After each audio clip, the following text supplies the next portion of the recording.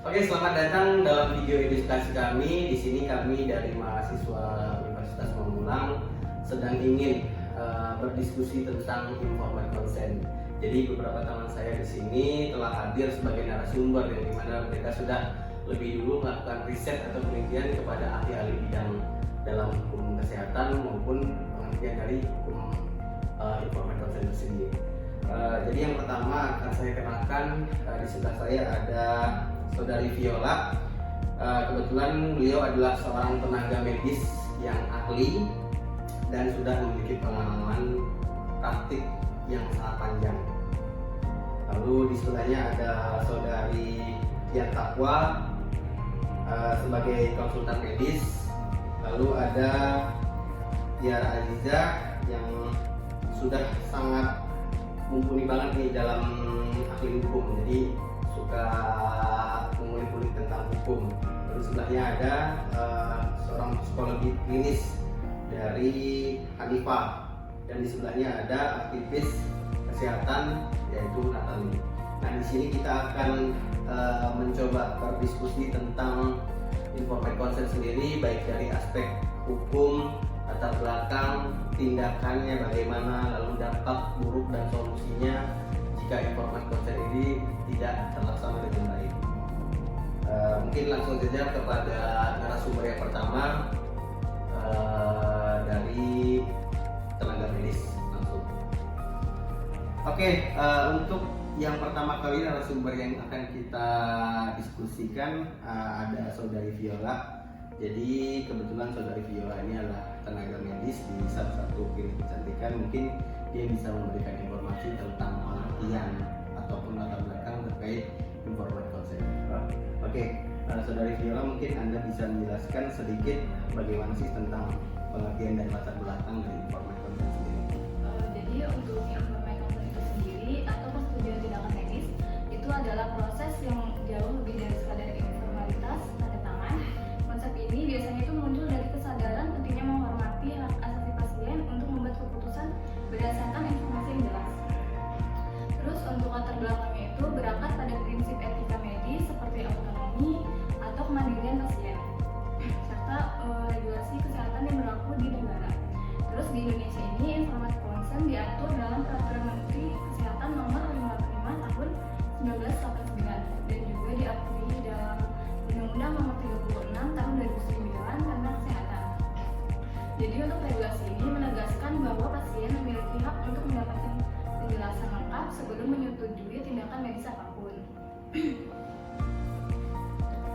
Terus untuk proses ini memastikan pasien memiliki pemahaman yang cukup tentang tindakan medis yang akan dilakukan. Ada 3 poin utama yang wajib dijelaskan oleh dokter, yaitu yang pertama tujuan tindakan medis, misalnya apakah tindakan ini berbentuk diagnosis, pengobatan atau pencegahan. Contohnya operasi bypass jantung yang dilakukan untuk memperbaiki aliran darah ke jantung sehingga mencegah komplikasi yang lebih serius. Terus untuk yang kedua itu ada resiko yang mungkin terjadi.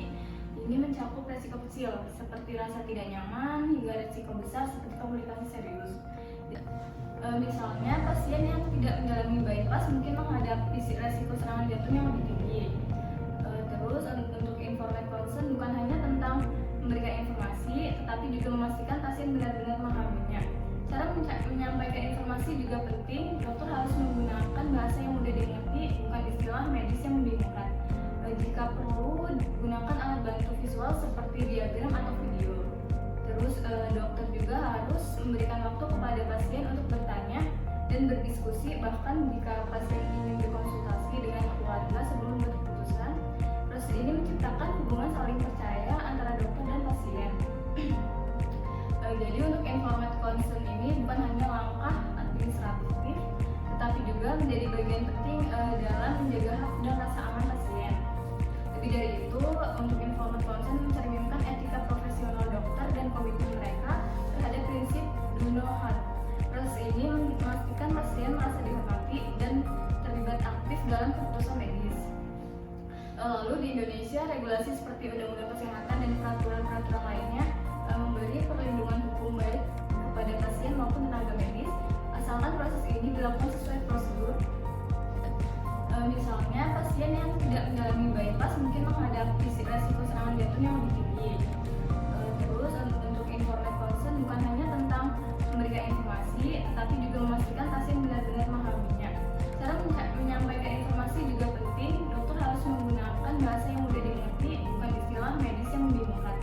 Jika perlu, gunakan alat bantu visual seperti diagram atau video.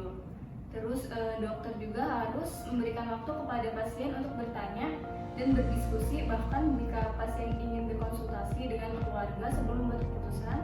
Proses ini menciptakan hubungan saling percaya antara dokter dan pasien. Jadi untuk informed consent ini bukan hanya langkah administratif, tetapi juga menjadi bagian penting dalam menjaga hak dan rasa aman pasien. Lebih dari itu, untuk informed consent mencerminkan etika profesional dokter dan komitmen mereka terhadap prinsip do no harm. Proses ini memastikan pasien merasa dihormati dan terlibat aktif dalam keputusan medis. Dan di Indonesia, regulasi seperti Undang-Undang Kesehatan dan peraturan-peraturan lainnya itu memberikan perlindungan hukum baik kepada pasien maupun tenaga medis, asalkan proses ini itu dilakukan sesuai dengan prosedur. Jadi untuk kurang lebihnya seperti itu untuk pengertian dari latar belakang informed consent. Wah, menarik sekali teman-teman. Mungkin kita akan membahas secara spesifik ya melalui garis dasar hukum. Mungkin dari teman-teman yang sudah ada di sini sebagai narasumber akan membantu menjelaskan. Mungkin kita lanjut kepada sesi berikutnya. Selanjutnya mungkin kita akan lihat dari segi aspek hukum ya, di mana pastinya informed consent ini diatur dalam undang-undang atau regulasi dalam negara Indonesia sendiri. Mungkin dari segi aspek hukum kita akan bertanya kepada teman kita ya, saudari Tiara yang sudah melakukan riset kepada ahli bidang hukum. Bagaimana sih saudari Tiara bisa nggak menjelaskan bagaimana sih tentang informed consent ini berjalan di Indonesia khususnya? Baik Bang, menurut riset yang sudah saya dapatkan, di Indonesia sendiri pelaksanaan informed consent memiliki landasan hukum yang kuat. Kemudian dari landasan-landasan ini terdapat Undang-Undang Nomor 36 Tahun 2014 tentang Kesehatan. Pasal 56 Undang-Undang ini menyebutkan bahwa pasien memiliki hak untuk mendapatkan penjelasan secara lengkap tentang tindakan medis. Penjelasan ini mencakup tujuan tindakan medis, risiko yang mungkin terjadi, lalu pilihan lain yang tersedia. Misalnya, jika pasien harus menjalani operasi usus buntu, dokter harus menjelaskan apa yang akan dilakukan, kemudian risiko seperti infeksi, dan pilihan lain seperti pengobatan konservatif jika memungkinkan. Kemudian yang kedua itu ada peraturan pemerintah nomor 35 tahun 2019 tentang pelayanan kesehatan. Kemudian regulasi ini menekankan bahwa layanan kesehatan harus berbasis pada persetujuan pasien. Di dalamnya juga diatur bagaimana prosedur informed consent harus dilakukan, termasuk ketentuan untuk dokumentasi medis. Dan yang ketiga itu ada peraturan Menteri Kesehatan nomor 290 tahun 2019 tentang persetujuan tindakan medis. Peraturan ini memberikan pedoman teknis, termasuk kapan persetujuan harus tertulis, bagaimana cara menyampaikannya, dan siapa yang berhak memberikan persetujuan jika pasien tidak mampu, seperti dalam kasus anak-anak atau pasien koma. Oh begitu. Saudara Tiara, mungkin saya ingin bertanya nih ya, ketika bagaimana jika pasien ini tidak dapat memberikan persetujuan langsung, seperti dalam keadaan darurat atau dalam kehilangan kesadaran. Kan ada suka tuh ketika seperti contoh orang kecelakaan yang dimana ketika dalam rumah sakit pasti kan tidak ada keluarga yang akan bisa memberikan tentang informed consent. Apakah ada solusi lain? Dalam kondisi darurat ini tentu aja dokter itu diperbolehkan untuk melakukan tindakan medis tanpa persetujuan dari pasien itu. Jadi selama tindakan tersebut bertujuan untuk menyelamatkan nyawa pasien, dokter diperbolehkan untuk melanjutkan tindakan seperti itu. Namun dokter tetap harus mendokumentasikan alasan tindakan tersebut untuk keperluan hukum. situasi di mana persetujuan diberikan oleh keluarga pasien. Oke. Kita lanjut kepada teman kita ya, mungkin penjelasan dari seorang ahli konsultan medis ya. Di sini Saudara Kian akan menjelaskan bagaimana sih langkah-langkah yang diambil dalam tindakan informed consent sendiri. Ya, terima kasih Bang Aldi kesempatannya. Di sini saya akan menjelaskan proses informed consent berdasarkan informasi yang saya dapatkan. Proses informed consent terdiri dari beberapa langkah penting yang harus dilakukan menyeluruh dan tidak tergesa-gesa. Pertama, proses informed consent sendiri ada pemberian informasi oleh dokter. Jadi dokter memiliki kewajiban untuk memberikan informasi kepada pasien dalam bahasa yang sederhana dan mudah dipahami. Informasi yang diberikan meliputi tujuan tindakan medis, apakah tindakan itu bertujuan diagnosis, pengobatan, atau pencegahan. Kedua, resiko tindakan medis, termasuk komplikasi yang mungkin terjadi. Contohnya dalam operasi katarak ada risiko kecil seperti infeksi atau gangguan penglihatan pasca operasi. Ketiga, alternatif tindakan. Jika ada metode pengobatan lain, dokter wajib menjelaskan pilihan tersebut. Misalnya, dalam pengobatan tumor, pasien bisa memilih antara penggunaan kemoterapi atau terapi radiasi. Selain itu, dokter harus memastikan bahwa informasi yang disampaikan dengan empati. Pasien sering merasa cemas, jadi dokter perlu bersikap tenang dan sabar. Kedua, proses pemahaman pasien. Setelah informasi disampaikan, langkah berikutnya adalah memastikan pasien memahami apa yang telah dijelaskan. Ini dapat dilakukan dengan bertanya ulang kepada pasien tentang apa yang mereka pahami dari penjelasan dokter. Kedua, menggunakan alat bantu visual seperti gambar atau diagram, terutama untuk prosedur yang kompleks. Ketiga, melibatkan keluarga pasien, terutama jika pasien tampak ragu atau bingung.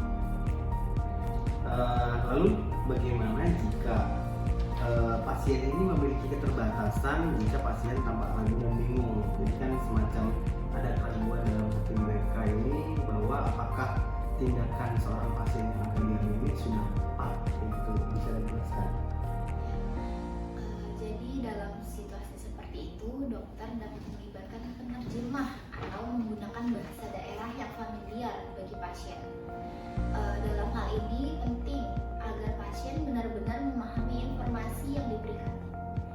Selanjutnya, persetujuan tertulis atau lisan. Persetujuan tertulis biasanya diperlukan untuk tindakan medis yang memiliki resiko besar, seperti operasi atau tindakan invasif, menjadi bukti hukum yang sah. Persetujuan lisan sering digunakan untuk tindakan medis ringan, seperti pemberian obat atau pemeriksaan rutin. Jadi dokter harus memastikan bahwa persetujuan diberikan tanpa tekanan. Jika pasien merasa ragu, dokter sebaiknya memberikan waktu tambahan agar pasien bisa memikirkan keputusan mereka. Keempat itu ada proses dokumentasi. Proses dokumentasi adalah bagian krusial dalam proses informed consent. Dokter harus mencatat pertama informasi yang diberikan kepada pasien, kedua persetujuan yang diterima atau tertulis atau lisan, ketiga tanda tangan pasien atau perwakilan mereka untuk prosedur yang membutuhkan persetujuan tertulis. Seperti itu. Tadi kan Saudara Kian menanyakan adanya dokumentasi yang harus dilengkapi. Apa yang terjadi jika dokumentasi ini tidak lengkap secara tertulisnya?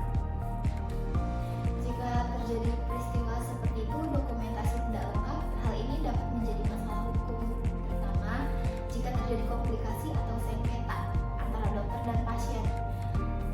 Karena itu, rumah sakit harus memiliki SOP yang ketat untuk memastikan dokumentasi dilakukan dengan benar. Wah, terima kasih nih Saudari Kian, menarik sekali ya konsultasi ini. Jadi Saudari Kian sudah melakukan riset kepada seorang konsultan medis ya. Terima kasih ya atas informasi. Sekarang kita lanjut kepada Saudari Hanifah. Jadi Saudari Hanifah ini sebenarnya sudah melakukan penelitian kepada seorang ahli psikolog klinis ya, Robert. Nah, jadi kalau dari informed consent sendiri ya, apa konsekuensinya jika informed consent ini tidak dilaksanakan dengan serius? Apa ada dampak negatifnya? Nah, mungkin saudara Ali bisa jelaskan. Oke, baik, saya akan coba jelaskan ya Bu Selvi. Jadi jika informed consent tidak dilaksanakan dengan benar, konsekuensinya akan sangat serius. Saya akan coba kupas satu persatu. Nah, yang pertama ada pelanggaran hak pasien. Jadi ketika pasien tidak diberi kesempatan untuk memberikan persetujuan, ini merupakan pelanggaran terhadap hak dasar mereka. Jadi hak untuk mengetahui dan memilih adalah salah satu prinsip utama dalam etika kedokteran dan hukum kesehatan. Lalu sebagai contohnya, jika seorang pasien menjalani tindakan medis tanpa penjelasan yang cukup, pasien mungkin merasa dikhianati dan kehilangan kepercayaan kepada dokternya. Oke, lalu hal ini bisa mempengaruhi hubungan jangka panjang antara pasien dan tenaga medis. Lalu kedua adalah pelanggaran kewajiban dokter. Dokter memiliki kewajiban moral dan profesional untuk menghormati hak pasien. Jadi jika dokter tidak melakukan informed consent, maka mereka dapat dianggap melanggar etika kedokteran. Ini dapat menyebabkan teguran dari organisasi profesi atau bahkan pencabutan izin praktik. Yang ketiga ada konsekuensi hukum. Jika terjadi komplikasi medis tanpa adanya informed consent, pasien atau keluarga pasien dapat mengajukan gugatan hukum. Ini bisa berupa gugatan perdata untuk meminta ganti rugi atau gugatan pidana jika tindakan tersebut dianggap kelalaian yang mengakibatkan kerugian serius. Oke, baik. Sebagai contohnya yaitu ada kasus di mana seseorang pasien menjalani operasi tanpa diberitahu resiko yang mungkin terjadi. Lalu setelah operasi pasien mengalami komplikasi yang seharusnya dapat diantisipasi. Oke, jadi akibatnya pasien menggugat dokter dan rumah sakit tersebut. Yang keempat ada dampak psikologis pada pasien yang tidak diberi informasi lengkap, mungkin merasa trauma, yaitu terutama jika mereka mengalami komplikasi atau hasil tindakan medis tidak sesuai dengan harapannya. Contohnya ada seseorang pasien yang menjalani tindakan medis tanpa penjelasan yang jelas, mungkin merasa tidak memiliki kendali atas tubuh mereka sendiri. Ini bisa menyebabkan stres atau gangguan kecemasan pasca operasinya gitu. Lalu solusi untuk mencegah konsekuensi tersebut itu ada untuk konsekuensinya ada pendidikan bagi tenaga medis tentang pentingnya informed consent, lalu peningkatan standar operasional prosedur atau SOP di rumah sakit, lalu meningkatkan kesadaran pasien tentang hak mereka untuk mengetahui dan memberikan persetujuan. Nah, oke. Apa peran keluarga dalam proses ini? Oke, keluarga sangat berperan penting bagi pasien, yaitu untuk membantu pasien memahami informasi yang diberikan, terutama jika pasien merasa cemas atau bingung. Dalam beberapa kasus yang sudah saya dapatkan, keluarga juga bertindak sebagai pemberi persetujuan, misalnya untuk pasien anak-anak atau pasien yang tidak sadar. Jadi secara konsekuensinya seperti yang sudah saudari Hani jelaskan ya, baik dampak buruknya dari pihak rumah sakit maupun dari pihak keluarga atau keluarga pasien. Iya. Oke, terima kasih Hani. Oke, selanjutnya kita akan beralih kepada dampak buruk dan solusi yang dimana ini bisa dijelaskan oleh saudari Natali. Saudari Natali sendiri sudah melakukan riset atau wawancara kepada aktivis masyarakat. Nah, jadi gimana saudari Natali? Dampak buruk dan solusinya terkait informed consent tersebut. Jadi sesuai yang sudah saya tanyakan langsung ya ke aktivis masyarakatnya. Jadi efek dari tidak melaksanakan informed consent dapat merugikan banyak pihak, tidak hanya pasien, tetapi juga tenaga medis, rumah sakit, bahkan sistem kesehatan secara keseluruhan. Nah, untuk lebih rinci terkait dampak buruknya, saya akan mungkin bahas terlebih dahulu di dampak buruknya ya. Jadi yang pertama itu kehilangan kepercayaan pasien ketika pasien merasa tidak dilibatkan dalam pengambilan keputusan medis. Mereka akan kehilangan kepercayaan pada dokter atau rumah sakit. Nah, ini bisa berdampak pada hubungan jangka panjang antara pasien dan tenaga medis. Nah, sebagai contoh, seorang pasien yang merasa dipaksa menjalani prosedur medis tanpa memahami alasannya, mungkin tidak mau kembali ke rumah sakit tersebut, bahkan jika membutuhkan perawatan darurat di masa depan. Nah, untuk yang kedua itu kerugian hukum dan finansial.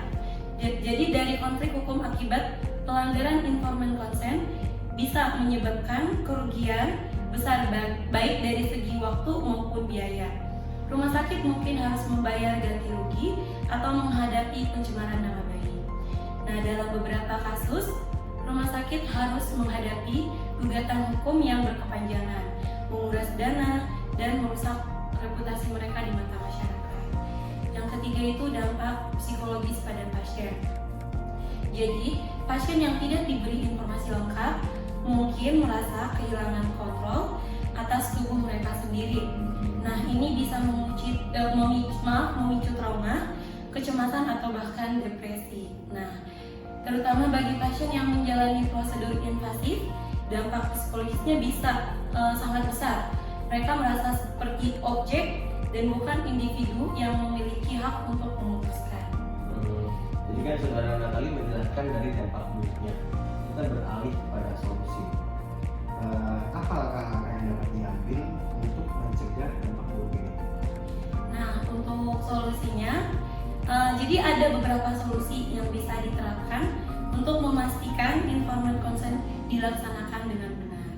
Jadi yang salah satunya itu adalah pendidikan berkelanjutan bagi tenaga medis. Kenapa? Karena pendidikan adalah kunci. Jadi dokter dan tenaga medis harus terus diberikan pelatihan tentang pentingnya informed consent, baik dari segi hukum, etika maupun empati. Jadi pelatihan ini bisa berupa simulasi komunikasi dengan pasien agar dokter lebih terampil menjelaskan prosedur medis secara sederhana. Jadi materi pelatihan juga harus mencakup cara menghadapi pasien dengan keterbatasan baik bahasa, budaya ataupun pendidikan. Ini misalnya ada kasus dari pasien yang dari daerah terpencil ya misalnya ya. Nah, jadi dokter harus memahami budaya setempat agar informasi disampaikan secara efektif dan mudah dipahami seperti itu. Dan yang kedua itu melalui kampanye kesadaran kepada masyarakat, pasien juga perlu dididik tentang hak-hak mereka. Kampanye ini bisa dilakukan melalui contohnya media sosial dan televisi untuk menyebarkan informasi tentang pentingnya informed consent seperti itu. Jadi ada juga seminar dan lokarya di komunitas lokal bekerja sama dengan organisasi dan masyarakat. Jadi kemudian juga ada penyediaan brosur atau video edukasi di rumah sakit yang menjelaskan hak pasien dalam proses informed consent. Edukasi pasien ini sangat penting.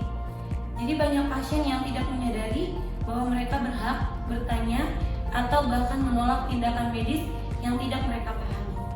Gitu. Dan yang kemudian ada yang ketiga, peningkatan standar operasional prosedur atau SOP. Jadi rumah sakit harus memiliki SOP yang jelas dan ketat terkait informed consent. Beberapa langkah yang bisa dilakukan adalah yakni membuat formulir persetujuan yang mudah dipahami dengan bahasa yang sederhana dan disertai ilustrasi jika perlu. Melibatkan tim medis khusus untuk memastikan bahwa pasien benar-benar memahami prosedur sebelum memberikan persetujuan. Kemudian melakukan audit rutin untuk memastikan SOP informed consent dijalankan dengan baik. Nah, dengan SOP yang baik, rumah sakit tidak hanya melindungi pasien, tetapi juga tenaga medis dari risiko hukum. Dan yang keempat itu, teknologi pendukung pemanfaatan teknologi bisa membantu peningkatan kualitas informed consent. Misalnya, aplikasi digital untuk merekam proses penjelasan dan persetujuan pasien. Kemudian juga ada video edukasi interaktif yang menjelaskan prosedur medis secara rinci. Jadi teknologi ini juga bisa menjadi alat dokumentasi yang kuat, sehingga jika terjadi konflik di kemudian hari, rumah sakit memiliki bukti yang jelas bahwa informed consent telah dilakukan dengan benar. Dan yang kemudian itu penguatan regulasi dan pengawasan pemerintahan dan organisasi profesi harus terus memperkuat regulasi terkait informed consent. Selain itu, pengawasan juga perlu dilakukan secara berkala untuk memastikan bahwa rumah sakit mematuhi aturan yang berlaku. Jadi penguatan regulasi ini bisa mencakup pemberian sanksi yang tegas bagi tenaga medis atau rumah sakit yang melanggar prinsip informed consent. Seperti itu. Oh, jadi setelah apa yang sudah saudara tadi jelaskan itu, apakah saudara yakin langkah ini dan optimis informed consent ini bisa dilaksanakan dengan lebih baik di masa depan? Nah, kalau untuk itu ya, menurut pendapat saya pribadi aja ya. Jadi menurut saya itu sangat optimis karena jika semua pihak tenaga medis, baik pasien, rumah sakit, dan pemerintah itu bekerja sama, jadi kita bisa menciptakan sistem pelayanan kesehatan yang lebih transparan, etis, dan menghargai hak asasi setiap individu. Terima kasih Natalia atas informasinya. Terima kasih. Terima kasih teman-teman. Jadi tadi kita sudah menyaksikan rangkaian dari pembahasan mulai dari pengertian, dasar hukum, hingga dampak dan solusi terkait tentang informed consent tersebut.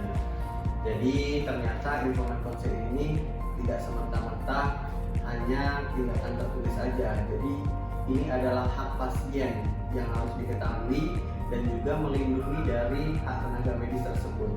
Dimana ketika hak-hak ini dijalankan secara baik, maka akan mewujudkan kelancaran dalam segala situasinya.